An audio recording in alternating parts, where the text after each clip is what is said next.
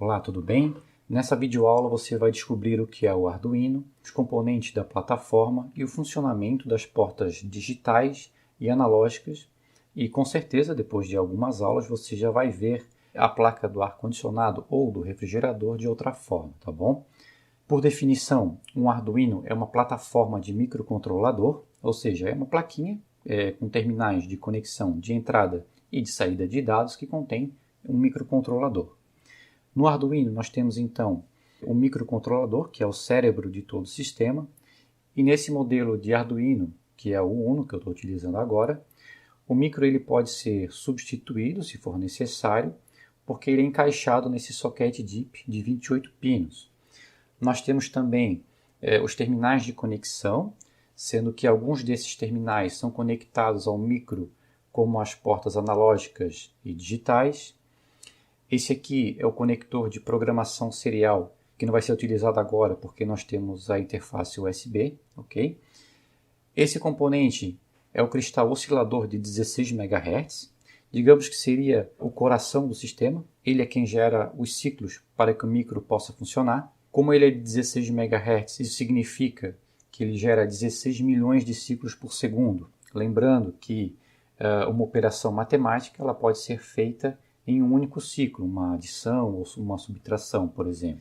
Nós ainda temos alguns resistores para limitar a corrente elétrica, capacitores eletrolíticos, diodos emissores de luz, também conhecido como LED, um conector para alimentação externa que pode ser de 7 a 12 volts, e do lado do conector nós podemos observar um regulador de tensão de 5 volts, que vai pegar justamente essa tensão de 7 a 12 e vai ajustar para 5 volts, que é a tensão de trabalho do microcontrolador. Gostaria de sublinhar também que essas tensões são contínuas, ok? Mais acima nós temos o conector USB, para que a gente possa conectar o Arduino no computador e assim fazer a transferência dos nossos programas para o microcontrolador. Ao lado do conector nós temos o chip que faz a interface entre o computador e o micro, realizando então o envio e recebimento de dados. Se a gente olhar mais de perto a placa, nós podemos ver que tem duas abreviações, que é o RX para recebimento de dados e TX para transmissão de dados. E assim como um computador, no Arduino nós temos um botão de reset para reiniciar o microcontrolador sempre que for necessário. O Arduino Uno, que é esse modelo que nós estamos utilizando nesse curso, ele trabalha com o microcontrolador da ATmega 328, que nos disponibiliza 6 portas analógicas, que vão de A0 até o A5, e 14 portas digitais, que vão de 0 a 13. Sendo que as duas primeiras portas digitais 0 e 1, elas são utilizadas para envio e recebimento de dados. Tanto as portas analógicas quanto as digitais, elas podem ser configuradas como entrada ou saída. Então, como é que a gente sabe, né, qual é a porta que a gente vai utilizar? Muito bem. Quando nós precisamos fazer a leitura de algum valor externo que pode variar, como por exemplo a temperatura por meio de um sensor, nós utilizamos uma porta analógica. Isso porque a porta analógica ela nos permite trabalhar com tensões que vão de 0 a 5 volts. Veja que nós temos, nesse caso, uma faixa de valores, pode ser 0, ou 1 volt e meio e assim vai, até 5. O sensor, nesse caso, é que vai converter a temperatura em tensão elétrica, justamente porque conforme a temperatura vai mudando, o seu valor de resistência também muda. E assim, a tensão nos terminais do sensor vai mudar também. E para que o micro possa ler essa variação de tensão, nós temos que configurar o pino analógico a ser utilizado como entrada, ou input, que é o termo utilizado na IDE do Arduino.